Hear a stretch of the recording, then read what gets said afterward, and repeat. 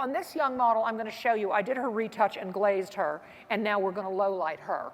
And now she's naturally a level 6-7 blonde.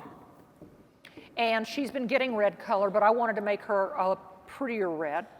So yesterday, we did her base and glazed her. And I'll share that formula with you in a little while. But what I like to do with my redheads, and I do a lot of redheads, so what I'm going to do is my zigzag technique, where we'll use long foil and we use demi-permanent cream to add dimension and depth to this hair. Now this technique is done about every third or fourth visit. There's her picture when she came in yesterday. She had a little bit of a root and her ends were faded.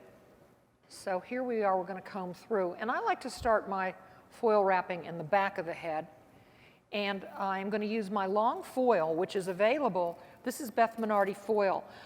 You can see that the base was done with 1.5 ounces of my level 6 neutral copper blonde and 1/2 ounce of 8 RG, 8 red golden and 20 volume developer. And I glazed her, it's not on the board, but we used our 8C in my demi liquid to give her a beautiful shine and color. Guys, I'm going to slice this straight off the root. And low lights go in really fast. They really do. And I'm going to work. Not every low light needs to go to the ends, and I'm going to leave just the tips out. And not every highlight needs to go to the root. And I'm just going to fold that up.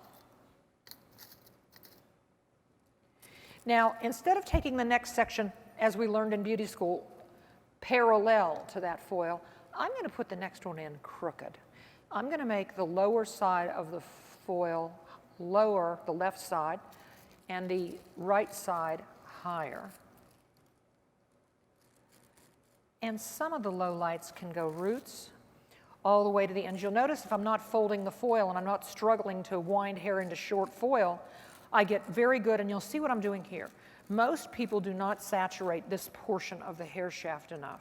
They get a really good application close to the root, but when they, highlightings or low lightings, they don't saturate through the ends, and that's important. I'm not opening the fold. I'm going to lay that foil right on top. And look what I'm going to do. I'm not going to leave any hair in between this next one. This is called foil to foil, as most of you know.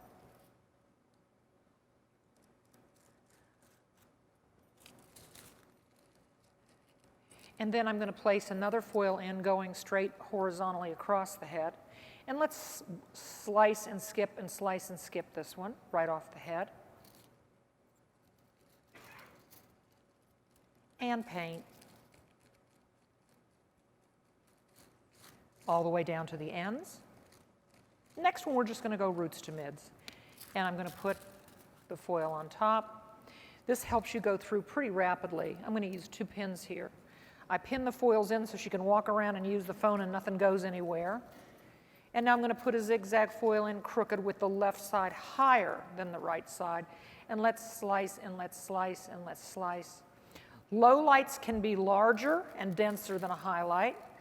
Highlights need to be a little finer if they're going to look great. When you're working on fine hair, it's better for you to do fine pieces. Big, chunky highlights in fine hair kind of look like a mistake. And let's go straight across again. Slight highlights or lowlights look machine done. Slice and slice. And let's go roots to 3/4. Foil on top. They should be placed in the hair. And the thing you could just say in your notes, Beth said to put the hair in crooked. Put one foil in straight, make another one bent. Make another one crooked, make another one straight. Make another one straight. Because you're going to get a sexier look. You're not going to get, have you ever been blowing dry a head and you see the stripes when the hair is wet and you're going, dear God in heaven, please when I dry this hair, make it not look so stripy, right? Because it looks like striped, striped, striped. But then when you blow it, you go, oh good, it's not as stripy, it's not as stripy. And again, not every low light has to go roots to ends. Now, she obviously won't be back for the end of this class, but she will join us directly afterwards at the booth so you can look at this hair.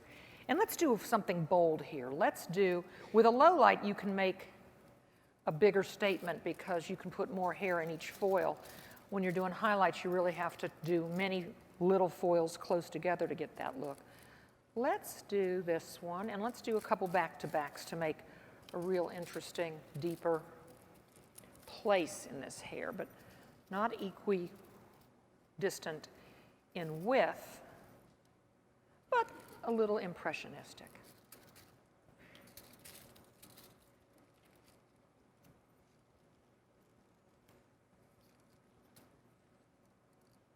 Again, this is my demi-permanent cream color. You'll see that if you start using demi-permanent creams to do your low lightings, clients will not come back with faded low lights. They hold better than, the word permanent color is kind of a misnomer. Permanent color isn't really permanent. It's just the lifting action is permanent. Demi-permanent color is a mixture of permanent and direct dyes that do everything except they don't lighten the hair. They can match or darken the hair. Demi creams are great for covering gray and doing low lightings and toning double process blondes at the regrowth area.